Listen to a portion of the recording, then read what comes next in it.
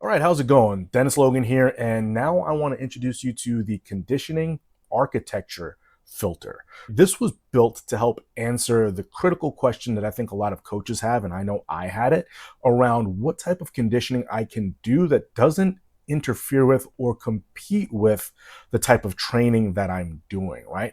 We have a lot of conditioning options that we can select from, and we want to have a way to know whether that conditioning is supporting our main goal or starting to interfere with our main goal. So while this is slightly different from the decision filter that I've spoken to you guys about, it's about the same in its approach from a thought process.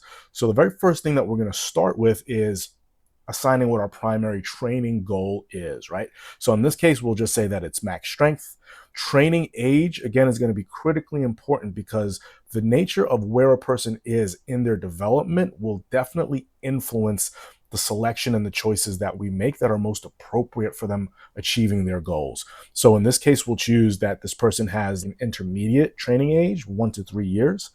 We'll choose the amount of days per week that person is training, and then we're going to choose the type of population that we're working with. And in this case, we'll just say this is general population.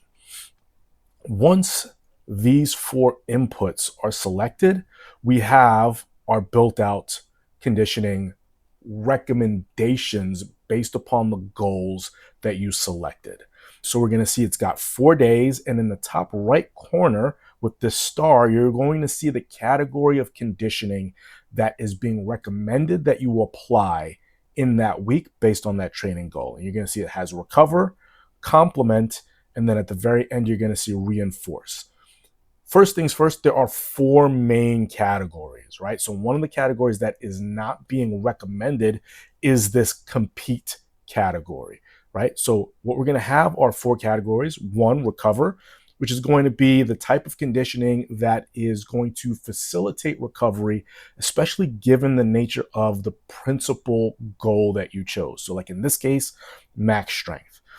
Complementing is going to be where the conditioning starts to address a type of quality that supports max strength but doesn't compete with it. So it becomes the type of quality that you can feel comfortable trying to build and reinforce without it interfering with max strength.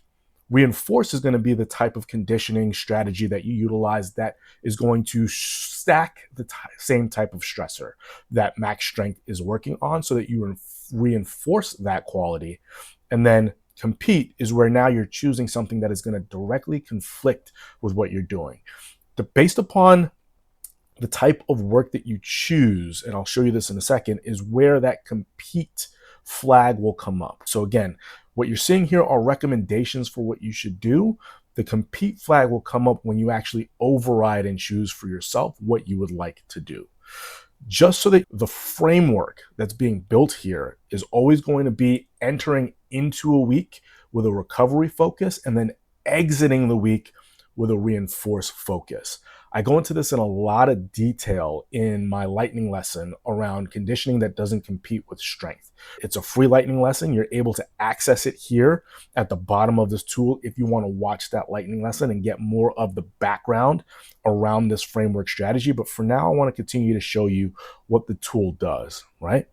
On Monday, we know that we've got this heavy compound work based on our max strength determination. It's telling us the best type of conditioning that we should do is a recovery focus. And then what it's going to do is it's going to give us, one, a recovery application, and then two, an example of what that might look like so that you're able to very quickly say, okay, this is the choice that I'm going to make. Same thing when we talk about complementing, right? We want to be able to add a missing quality that isn't being developed in your primary focus, but will help support your primary focus. And then again, it's going to give you examples. Same thing for reinforce here at the bottom, where we're starting to stack structural demand intentionally, and it'll give you examples. The key thing here that I thought was really important that I love about this is that there's then a coach override option that you have. You know your athlete's schedule way better than I know it. You know your client's schedule way better than I know it. So while we're giving you general recommendations with these tools, you may say, you know what? I need my client to start out with a level of intensity here, right? So you're going to want to reinforce that strength output at the beginning of the week on Monday for whatever reason.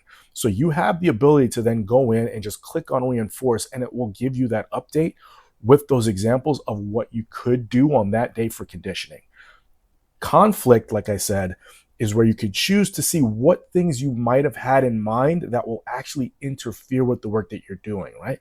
So if you want to see, okay, I had as many reps as possible circuits built in for today as my conditioning on this day, this will let you know you can do that, but this will likely interfere with your max strength goal, right? And so now this becomes a real quick and easy way to see how your conditioning complements all of these potential training goals that you have above across all of these days of the week, so that now you have a framework that you can really start to build around that gives you very quick, very clear recommendations on what will work best for you based on your training goals.